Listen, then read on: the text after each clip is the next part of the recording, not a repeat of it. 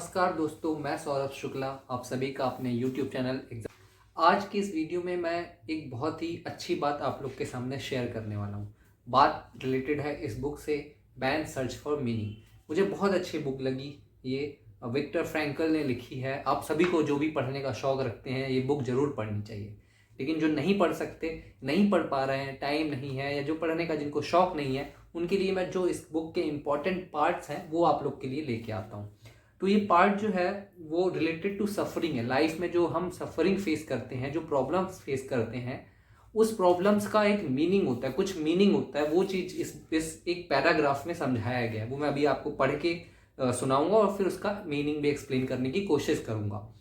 ठीक, कि जो भी हम सफ़र कर रहे हैं लाइफ में, जिस सिचुएशन से गुजर रहे हैं लाइफ में, ऑब्वियसली अगर लाइफ है तो सफरिंग है, तो उस सफरिंग का कुछ मीनिंग है। राइट, क्या मीनिंग है वो आप एक समझिए। कि ये बोलते हैं विक्टर फ्रैंकल कि an active life serves the purpose of giving man the opportunity to realise values in creative work, while a passive life of enjoyment affords him the opportunity to obtain fulfillment in experiencing beauty, art और nature। इन्होंने दो type की life बताई, एक है active life और एक है पैसिव लाइफ। एक्टिव लाइफ में जो लोग होते हैं वो क्रिएटिव होते हैं। क्रिएटिविटी जैसे आप एक्टर हो गए, ठीक है, पेंटर हो गए, ठीक, सिंगर हो गए, क्रिएटिव लोग होते हैं।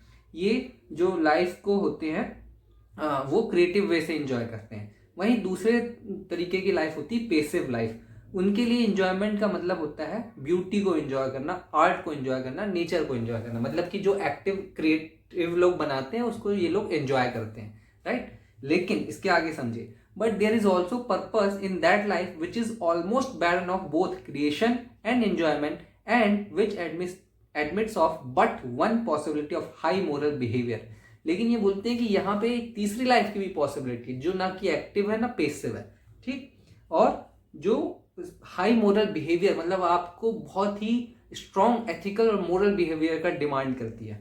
और वो क्या है, namely in man's attitude to his existence and existence restricted by external forces. ठीक है, देखिए कितनी बड़ी बात है कि man's attitude to his existence, man का एटीट्यूड उसके एग्जिस्टेंस को लेके कि वो जिंदा क्यों है, वो जीवित क्यों है, वो स्थायित्व, वो प्रेजेंट क्यों है, उसका एग्जिस्टेंस क्यों है, इस बात को लेके उस मैन का क्या एटीट्यूड है। ठीक है, दो चीज हो सकती है, या तो इसका ये मतलब हो सकता है कि भाई मैं कुछ क्रिएटिव करना हूँ, ठीक है, या फिर मैं जीवन का मतलब होता है कि एंजॉय करो।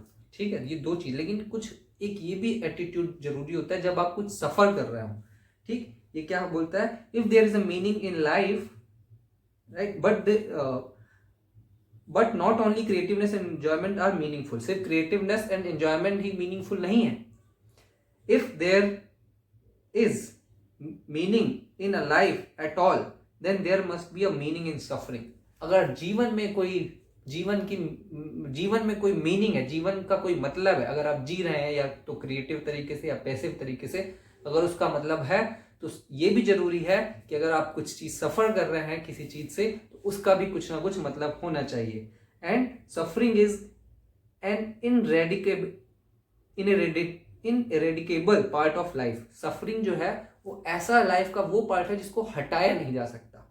Even as fate and death, जैसे कि भाग्य को और डेथ को, मृत्यु को हटाया नहीं जा सकता, वैसे ही कष्ट जो जीवन में आते हैं, जो संघर्ष जीवन में आता है, जो प्रॉब्लम्स जीवन में आती है, उसको हटाया नहीं जा सकता। वो लाइफ का पार्ट है। Without suffering and death human life can not be complete. बिना मृत्यु और बिना कष्ट के ह्यूमन लाइफ कभी भी कंप्लीट नहीं हो सकती। देखिए, अगर ये बात मैं कह रहा होता तो कोई भी वैल्यू नहीं होती, ठीक है, क्योंकि मैं कौन हूँ, अभी कुछ नहीं हूँ, ना कोई लाइफ का एक्सपीरियंस है, ना ऐसा कुछ अचीव किया है कि मैं आपको ज्ञान दे सकूं।